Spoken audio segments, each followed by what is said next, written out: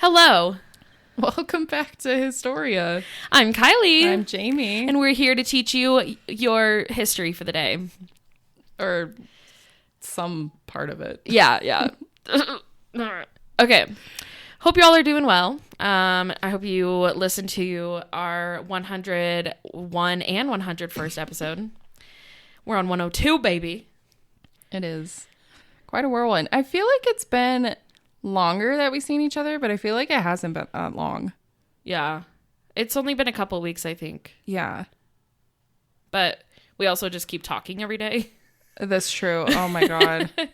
We're trying to plan our Disney trip. Woo, woo, woo. Yeah. So, and big planners when it comes to that. Yeah. So I'm just like, okay, we have a reservation for this time. We're going to go do this. We're good. we are ready, guys. 2 weeks. 2 weeks and 2 weeks when my husband finally returns home.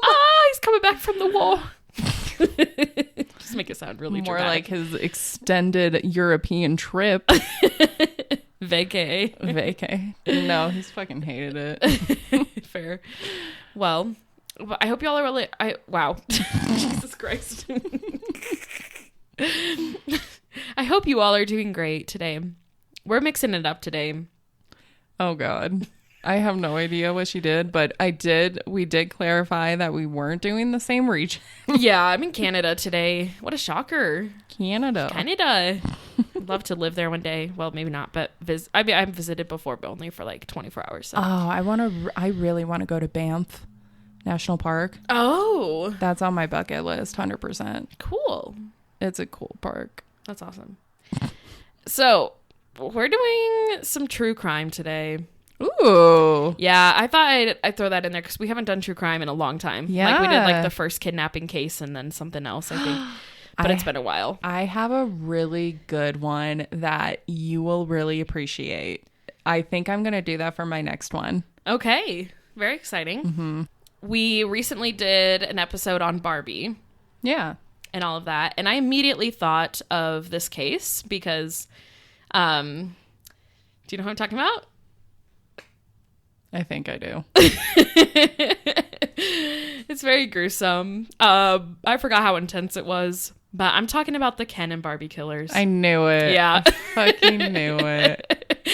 I was like, okay, let's see. Find something on theme. Haha, Barbie. Oh my God. So we're going to knock them out in 1 month. Jesus Christ. So we don't usually do true crime. This is like a special little treat for you all. If you don't like true crime, I would just leave now because this one is very intense. Yeah. Lots of trigger warnings. Sexual assault, rape, abuse, drugging, so pedophilia. If you, I will not blame you if you choose to not listen to this one, because it is very crazy. So if you decide to come back for next week, we'll have one for you then. But if you'd like to stay, then hello. That's a good intro. Thank you. There's a lot of trigger warnings. I started listing them and I was like, the list could go on. Pretty much everything that could possibly be a trigger warning is here. Yeah. So, okay, let's jump into it. Let's do it. So, what looked like a match made in heaven was the complete opposite. Match made from hell, for sure. My sources today come from criminalminds.fandom. I love fandom. It has everything on there. Thefamouspeople.com. It's a great website. Really? Yeah, because I was trying to find like their background information, like their childhood and stuff. And so everything was just about like the crimes that they did. So I had to like look for that. And that was a good website. So Narcity gave me updates on more current things, and then Weebly was like a nice little timeline so of all the events. Really cool. All right, we're gonna start off with Ken. They don't actually, by the way, just so we all understand, they don't actually call themselves Barbie and Ken, but people call them that just because of their looks. Honestly, they're not very attractive. I don't know where people were getting this idea. Because they're blonde. Yeah, but they're just blonde, and that's it. They're white blondes. Yeah. That's all. It. That's all, folks. So let's start with Paul. His name is Paul Bernardo, but it's actually ironic because his middle name is Kenneth. So there you go. I hate Ken. that. I know. This scumbag was born August 27th, 1964 in Scarborough, Ontario, Canada. He was the youngest of 3, and he was born with a black spot on his face, and his mother literally screamed when she saw him. It ended up just being a blood clot, and it went away after 6 weeks. Oh my God. She was like, ah! Can you imagine the second a baby's born? The mom's just screaming. Oh God. So his mom's a little crazy, as you can tell, but so was his father. His parents are named Kenneth and Maryland, and they had a real rough marriage. Okay, there was no happiness in his family. Kenneth later had charges of peeping and pedophilia and was abusive to the family, and even assaulted Paul's sister for a while. That's disgusting. Yeah. Marilyn was very depressed because of all this when she found out that he had cases on him, and she's like, oh, you're a pedophile? Even though I feel like she would have already known after seeing the way that he treated the kids and things. Yeah. But she would just randomly disappear and go stay with other family members and just like let her kids stay there. Yeah, so she like got herself out of the situation but left her kids behind. That is not parenting 101. No. And then, even worse, she would come home and then eventually she moved to the basement. So she would just like let whatever happens upstairs happen while she was safe downstairs. Fucking ridiculous. Yeah. So, Mother of the Year for sure and Father of the Year. So I think we can understand where Paul gets it. Whew. In this case, it was more nurture than it was nature. Exactly. Yeah, because that's not the case all the time, of course. But, in this case, both of them learned from, her not as much, but yeah. Anyway. Okay. Paul was described as being a happy kid despite his family issues. He was just a normal Boy Scout who loved to start fires. That was like his whole personality. It was Boy Scout. He's one of those kids. Oh. Red flag. No, just kidding. Not a red flag yet. It's not a red flag until they get older, and then the only thing they talk about is how they used to be a Boy Scout. Oh. So yeah, there's a little bit about his childhood, but biggest thing is just that he was just the typical nice little boy. Who liked to start fires. Yeah, he liked to start fires, though. In 1981, he was 16 years old, and he was told that Kenneth wasn't his real father. They ended up finding out that she got pregnant with him from a one-night stand that she was cheating on her husband with. So when he found this out, he was pissed at his mom, started calling her degrading names, and she reciprocated, calling him a bastard. So they had a really great relationship. It was very healthy. God. Yeah. And so he found that out. And then at age 16 as well, his first girlfriend, Nadine Brommer, left him for one of his friends because he was too controlling. So he likes to start fires, right? He burnt everything that she gave him. Yeah. I feel like that's one of those things people like joke around about. Like when they get in a breakup, they're like, let's go burn all this stuff. But they don't actually do it. No, they just throw it in a dumpster or they keep it. Yeah, keep it and cry and then eventually get rid of it. Like 20 years down the road. Yeah. But everybody in high school was like, oh my God, he is so hot. He's so attractive.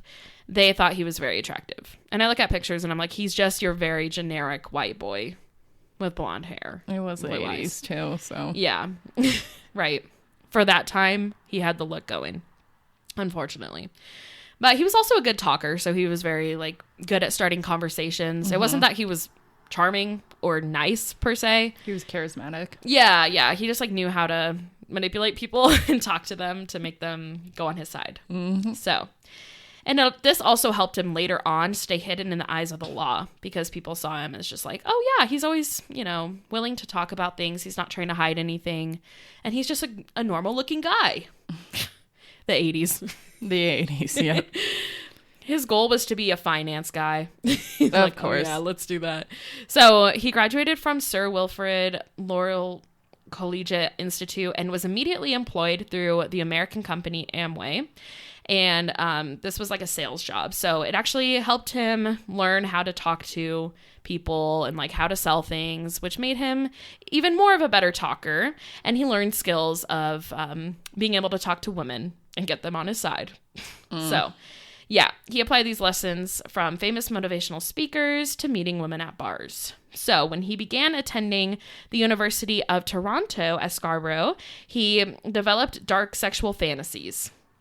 One of them, this is very dark, but he had the idea of having like a gathering place of virgins to rape them, basically. Jesus Christ. Yeah. So, and he also would like go on dates with people and then degrade them in public. So he went 0 to 100 real quick. Yeah. Yeah. I think honestly, the second when he found out that Kenneth wasn't his dad and then like his relationship fell apart with his mom, he felt like there was really nothing left for him. Yeah. So I think he just kind of lost it, but he definitely had weird signs like growing up too. Yeah. Just with like his humor and different things. But well, you can see the controlling side of him with the being a pyro. Yeah. Because you get to control if you are going to set something on fire or not. So I think that starting at like a younger age, you can definitely see that start to develop into his late teens. Yeah, definitely. So he would date women and he would threaten to kill them all the time if they told people about how he treated them. He was extremely abusive and controlling. And a lot of them just kind of stuck with it, whereas a few of them, decided like, okay, we're breaking up. But when that happened, of course, he'd lash out on them. So it was just dangerous all around. But he would go from women to women to women. And a lot of times he would be dating multiple women at once. Jesus Christ. Yeah.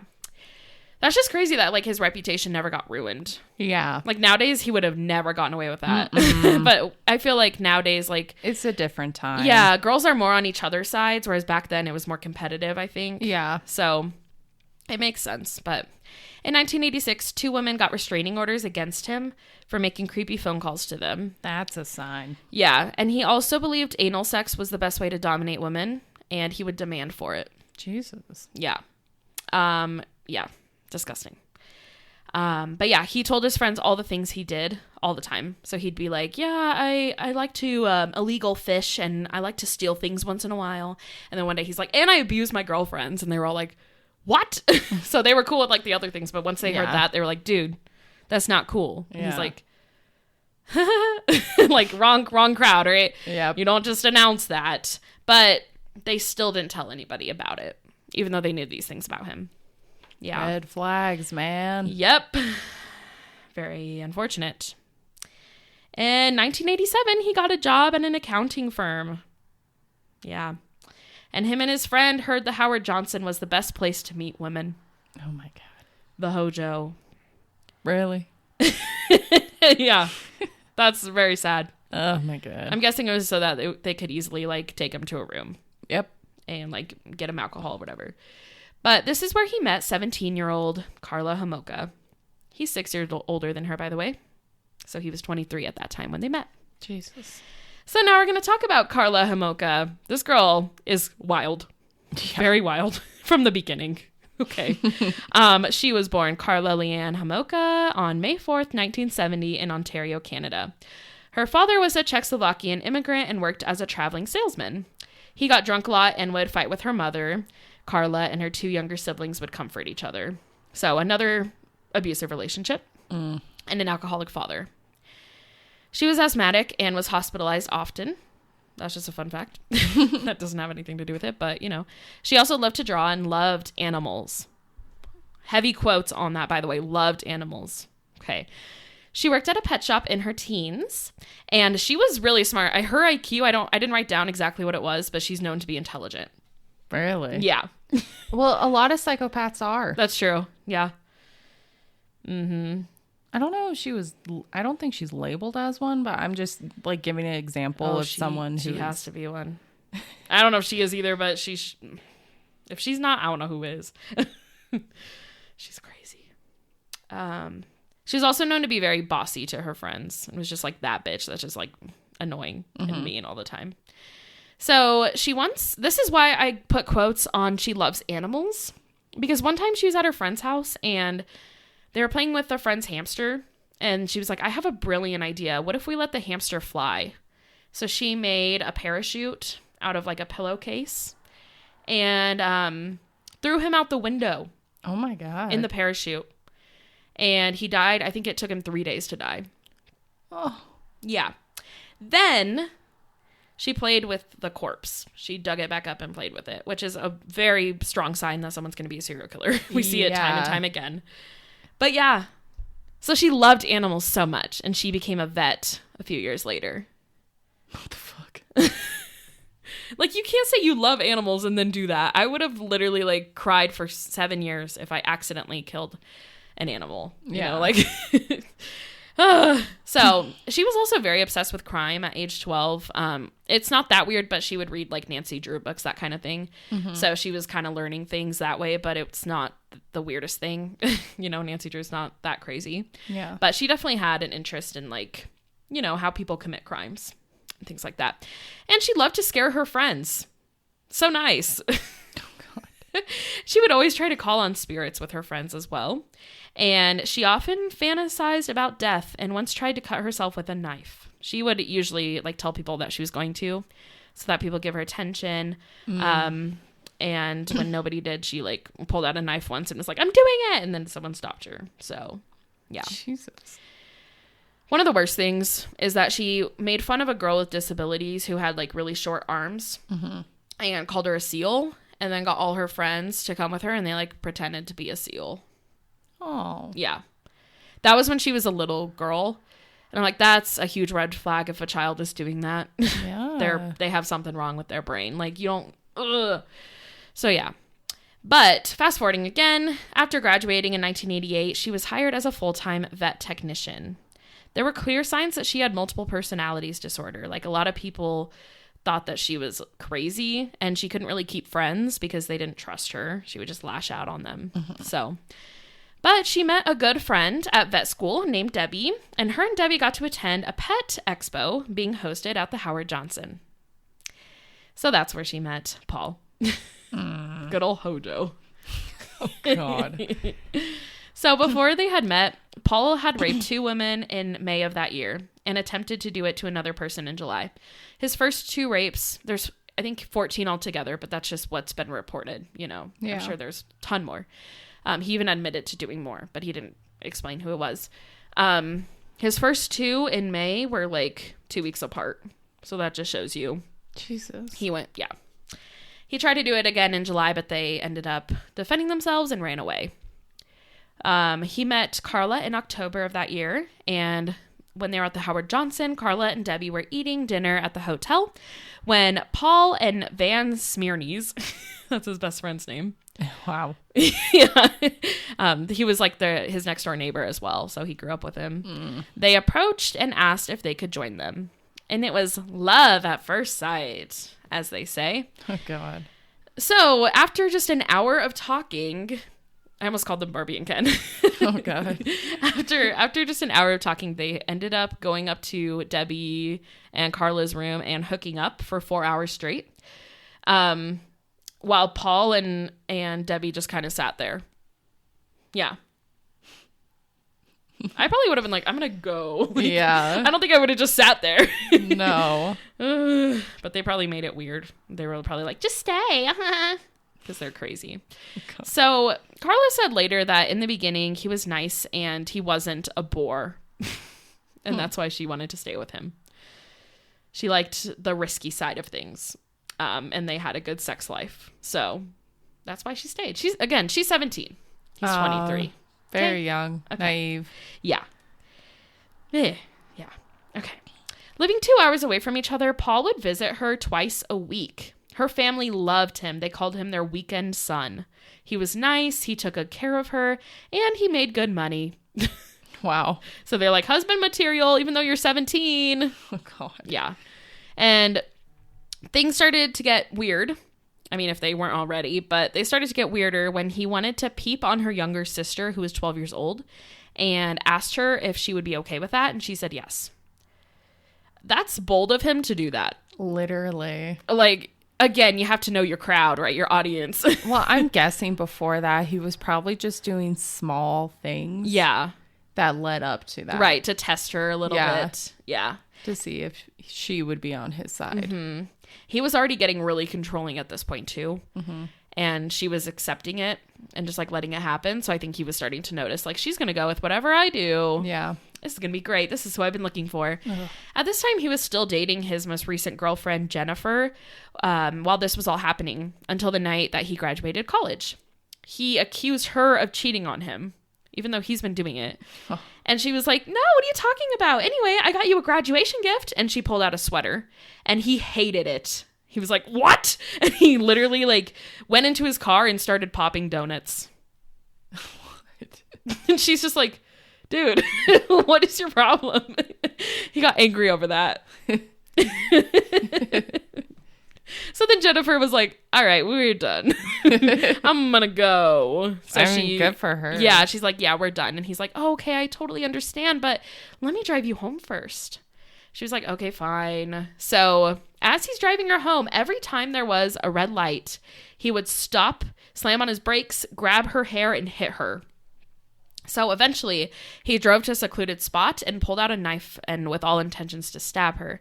But he ended up fumbling with it and dropped it in the seat. And as he did that, he was trying to get it, and she ran out the door as fast as she could. So she got away.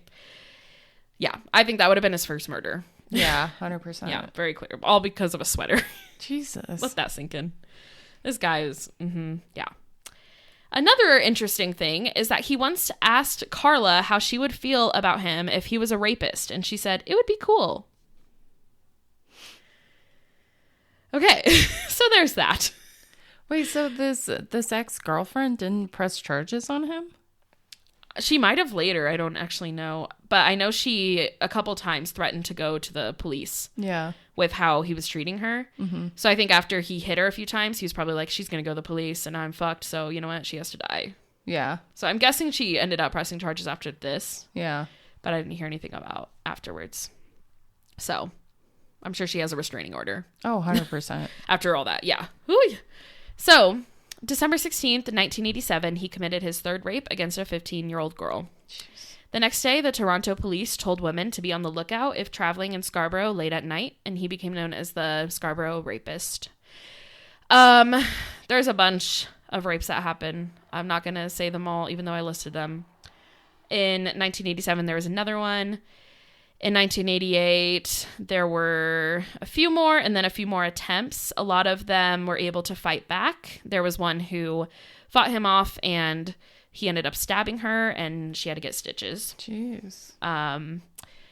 By the end of 1988, he had done 8 rapes.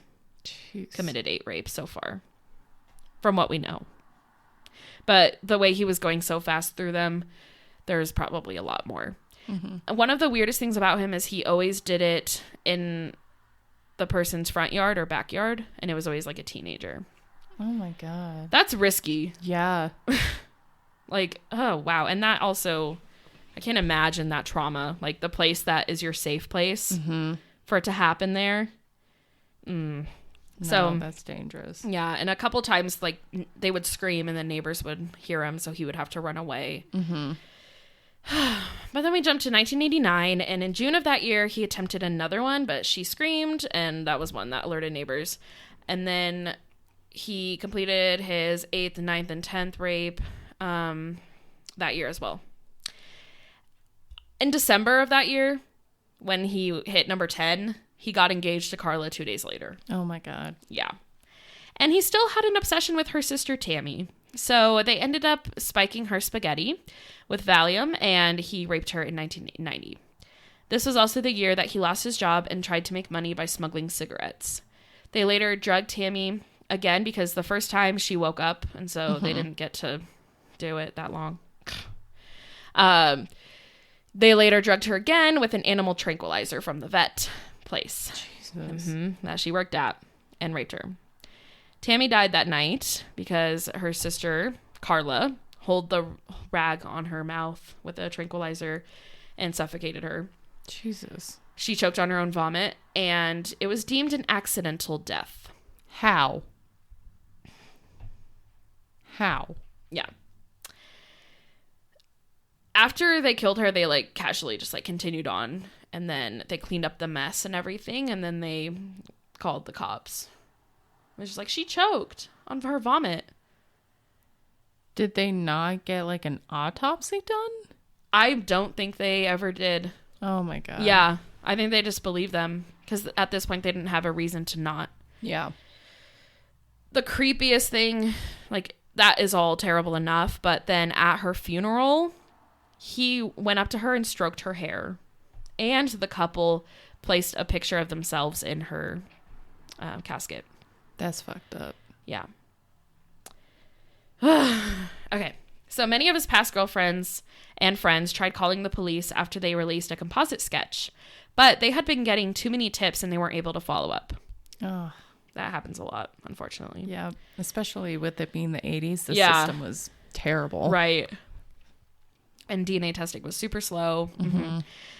November 1990, 2 detectives visited him and took samples of his blood, saliva, and hair. These were not tested for 2 years. So, there's a lot that could have been prevented in that time. Why'd they go to him? I think they were just checking people in the area who were suspicious or who were told. Well, like it could have been too that he was already listed as like a prior, probably, for previous. I'm sure there were a few reasons why they went to him, but he probably just was like, yeah, totally, go ahead, and like played it cool. And so they were like, oh, he's not. Well, he's already been charged before, hasn't he? Yeah. Yeah, so that's probably why. Right. But they didn't really take it seriously for a couple years. Yeah. Until they had more on him, which sucks. But in January 1991, he picked up a hitchhiker and brought her to Karla's home, where he raped her and then dropped her off in an alley. And in February, they began renting a house together so that they didn't have to keep doing it at Karla's house. Oh my God. Yeah. By the way, every time they did that to someone at Karla's house, they would just casually like go upstairs for dinner. It's like, wow. Damn. Yeah. They would just leave the person like tied up downstairs. Mm-hmm. Yeah. So then June 14th, 1991, he kidnapped a 14-year-old named Leslie Mahaffey, and she was just outside her house. She actually had a curfew, and if she broke her curfew, then her parents would lock the door, and she wouldn't be able to get in. It's just a thing that they like did with her. Unfortunately, that night she had a friend that passed away, so they were all grieving together. Oh. And then she got home late and didn't even have time to ring the doorbell before they took her. So this was the first murder. They well, no, it's not. Sorry, the sister was first. This is the second one. They dismembered her body after they murdered her and raped her. And they took each part of her body and put them in cement before dumping them in Lake Gibson. Jesus. Yeah. The body parts were found on June 29th, which was the same day that they got married. That's fucked up. Mm-hmm. So then April 16th, 1992, they abducted 15-year-old Kristen French as she exited her Catholic school. They raped and tortured her for 3 days before strangling her. And while she was being tortured, she was forced to watch the recording of the last victim's rape and was forced to drink a lot of alcohol. So the whole time they were torturing Leslie, they were recording it. And then they did the same thing for Kristen. Yeah. That's fucked up. Mm-hmm. They cut her hair and then threw her remains into a ditch in Burlington. And it was pretty much like right next to Leslie's grave. Yeah. Bernardo, Paul was interviewed by 2 police officers a month later, but they considered him an unlikely suspect when he admitted to already getting interviewed. I'm like, how does that make sense? I know, it doesn't at all. It's called that he's being more sus, so you went to him twice. Yeah, exactly. Yeah, I didn't get that logic either. And then December 1992 is when they finally tested his DNA. And that same month, on the 27th, Paul beat Karla severely with a flashlight after she made him angry. And this left her with a broken rib, 2 black eyes, and bruises on her limbs. Yeah, if you see a picture of her eyes, they were, woof. She tried to like play it cool. Oh, God. If you see the picture, she is not playing it cool. So after that, their relationship fell apart pretty much. That was the end of that. Yeah. Their love fell apart, of course, and she filed charges against him. But it took a bit before that happened, but eventually she did. And she tried to return to work a few days later, and everyone was like, dude, what happened to your face? Also, like, she's a vet. Like, it'd be weird to drop off your dog with this woman who just has bruises all over her face. Yeah. I'd be like, you good? You know? But she told people her injuries were from a car accident. And then her coworkers were like, yeah, right. So they ended up telling her parents, and her parents insisted on taking her to the hospital. Mm-hmm. That's when she admitted to everyone that it was him. And Paul was briefly arrested, and that's when she pressed charges on him. They were able to positively identify him as the Scarborough rapist because she told everyone that it was him. So, yeah. Then Karla moved to Brampton with her aunt and uncle, telling them that he was both the Scarborough rapist and the killer of Mahaffey and French. So then they learned that was, of course, those two. She didn't say anything about helping him. Of course. But, you know. Oof. Yeah. So February 1993, she sought full immunity from prosecution in exchange for her cooperation, but it was denied. Yeah. She was given a week to accept a 12-year prison term for manslaughter or face charges for 3 murders because they were like, dude, we know that you helped. Mm-hmm. Like, either way, you've been hiding this information from us. So you're just as guilty. Yeah. And you were present, you know, could have stopped it. So there was a search warrant that started in Paul's house, and it was 71 days long. But they failed to find the videotapes of the recordings of the rapes of Mahaffey, French, Tammy, and at least one other. Karla took the 12-year deal and testified against Paul in his trial in 1995. She pleaded guilty to manslaughter, but claimed she was an unwilling accomplice who was also a victim. Oh my God. Yeah. She actually got away with this until the tapes were found later. But before the tapes were turned in, they were given to Paul's lawyer. And that was in May 1993. So Paul told him where they were, and the lawyer hid them. You're fucking me. No, I'm not. Isn't that crazy? No. Ugh. They were in a ceiling light fixture. I mean, how big is this fucking ceiling light fixture? We can hide 6 videotapes. Oh my God. She was very much an active participant, they found out in these videos, and even got the lethal drugs used on the victims from her workplace. The tapes finally got turned in on September 1994 when Ken Murray... Was his name actually Ken? I just realized. But Ken Murray turned in the tapes and quit as Paul's lawyer. Yeah. His morals were not there. No. So then September 1st, 1995, Paul is found guilty of all counts against him and 2 counts of first-degree murder. You know, they couldn't do anything on her. Yeah. Because she already made that plea deal. Right. Which is fucked up because, honestly, if they had the tape sooner, she would have been in the same wagon with him. Mm-hmm. Yeah. That's so fucked up. Yeah. It is. Very fucked up. Bitch only got 12 years. I know. It's, yeah. Makes me so mad. He was sentenced 2 weeks later to life without possibility of parole for 25 years. Good. In November 1955? We're going way back. No. November 1995, he was declared a dangerous offender, and he was going to spend the rest of his life in jail. In July 1996... an inquiry into the police investigation showed that the police made a lot of mistakes, and some of their crimes could have been prevented if the DNA samples were processed quicker. Yeah, no shit. Yeah, it's like, duh. Y'all didn't take him seriously. So, luckily, in January 1997, Ken Murray, his ex-lawyer, got charged for obstruction of justice and possession of child pornography for not turning the tapes in. Dude, I bet Paul got beat up. Oh, yeah. He was moved into a more secluded cell. I'm like, no, they should have just let him beat the shit out of him. Oh, yeah, because as soon as, like, if you get put into, like, population in, like, prison, if they find out that you fucked a child, that's the end of it. Yeah. So, luckily, the tapes were finally destroyed in December 2001 after they were finished with the case and everything. December 16th, 2004, the National Parole Board ruled Karla must stay in prison full term, ending July 5th, 2005. That's almost been 20 years that she's been out. Damn. Yeah. So we'll get there. But April 2005, it was decided that she would not be charged with killing her sister when she was released. They ruled that as an accidental death. How was that accidental? They just kept saying, because in the tapes they didn't show the actual killing. So they didn't have enough, quote unquote, proof. Bullshit. I know. God. I'm like, she's obviously a danger to society. Yeah.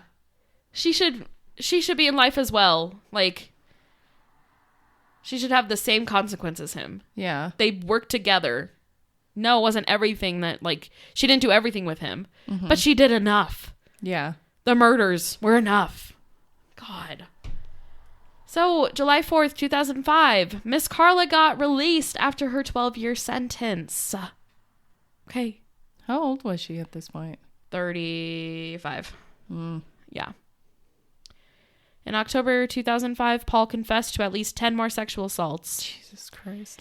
Paul has remained in prison while Karla is walking free despite protests from Canadians and the victims' families. Imagine that. Being those victims' families and just knowing that she's walking around, living her life. Yeah. This was a direct quote from her, by the way, when she got out of prison. Quote, "I don't want people to think I'm dangerous and I'm going to do something to their children. I think of what I've done and I don't think I deserve to be happy because of it." End quote. No, you don't deserve to be happy, ever. No. She's like, "I'm so sorry." She didn't even say sorry, but like, she's like, "I won't do it again." You're right. I mean, she hasn't since, from what we know, but still, she should not be walking around. No. She changed her name to Leanne Teal and lives in Quebec. And she was volunteering at her children's school.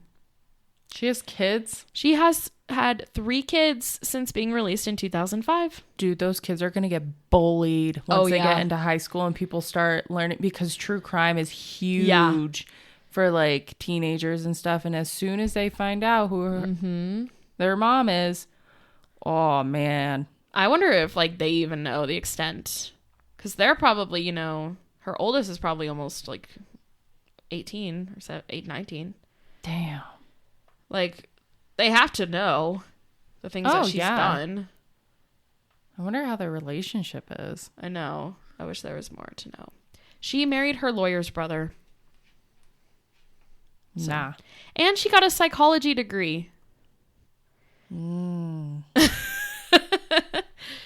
And I totally believe in, like, people can change, and I get that. But if you murder people, you got to stay locked up. She got a job? Yeah. Doing what?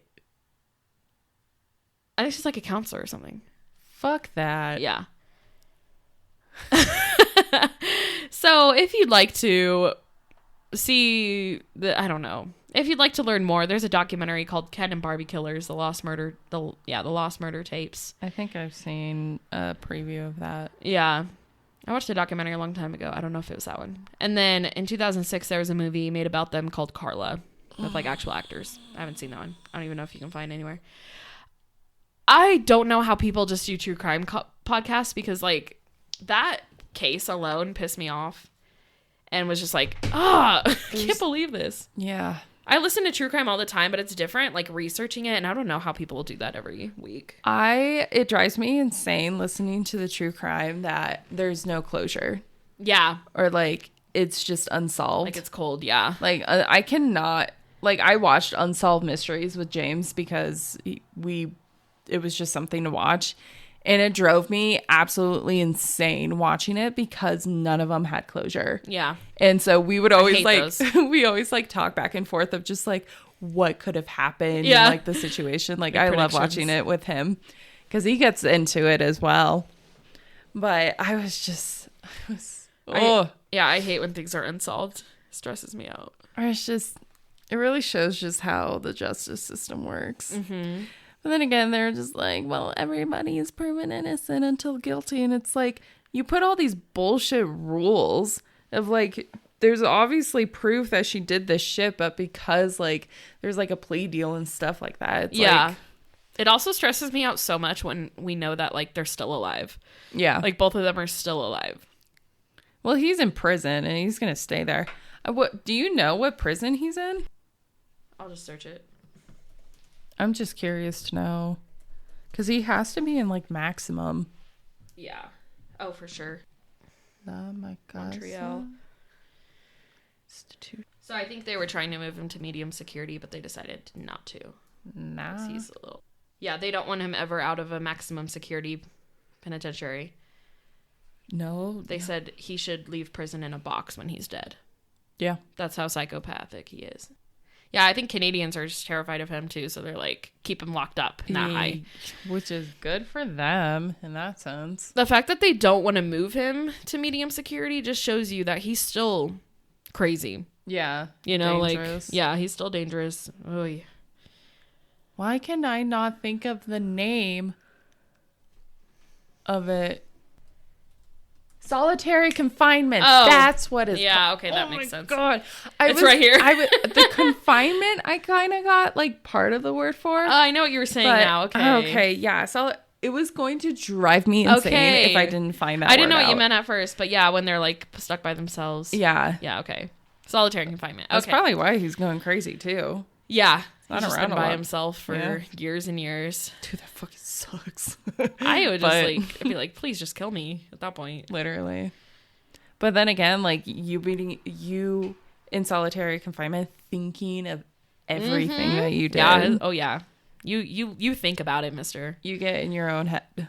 I do like that when, you know, they don't just kill him off. They're like, you have to sit there and think about what you did for years. Or you stay on death row until you die. And then Karla's just walking around with her husband and her kids. I'm surprised she's married. Going to PTA meetings. That's weird. Yeah. Hey, so anyway, that's Ken and Barbie Killers. That was a lot. I don't like that. No. It's a lot. I don't know why I chose to do this, but I was like, let's do it. And now I'm like, this is why we don't do true crime. Oh, yeah. It's a lot. I like to do the really, like... The ones people don't know about. Yeah. Or just, like, really weird ones. Mm-hmm. For sure. It's nice to throw it in once in a while, because it is part of history. Yeah. Don't trust anyone, and I love listening to true crime, but I don't like researching it. Nah, it's graphic. Yeah. I've seen too many pictures of them.